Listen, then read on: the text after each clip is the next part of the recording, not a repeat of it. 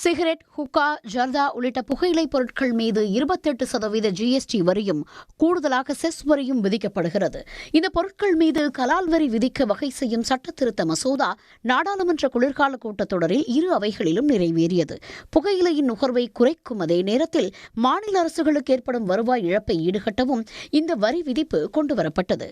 இந்த கலால் திருத்த மசோதா சட்டமானால் புகையிலை பொருட்கள் மீது 60% முதல் 70% வரை வரி உயர்த்தப்படும்.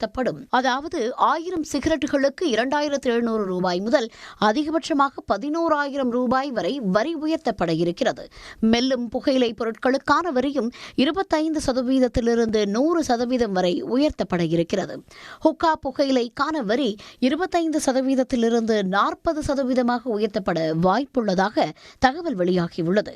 பல வகை கலந்த சிகரெட் புகையிலைக்கான வரி 60%லிருந்து 325% வரை உயர்த்தப்பட இருக்கிறது. மொத்தத்தில் 5 மடங்கு வரை வரி உயரவுள்ளதால் சிகரெட் மற்றும் புகையிலை பொருட்களுக்கான விலை கணிசமாக உயர இருக்கிறது. சிகரெட்டின் நீளம் மற்றும் அதன் வகைக்கேற்ப விலையும் இருக்கும் என்றும் தகவல்கள் கூறுகின்றன. இந்த விலை உயர்வால் மாணவர்கள் மற்றும் இளைஞர்கள் மத்தியில் உள்ள புகைப்பிடிக்கும் பழக்கம் கணிசமாக குறையும் என்றும் சுகாதார நிபுணர்கள் நம்பிக்கை தெரிவித்துள்ளனர்.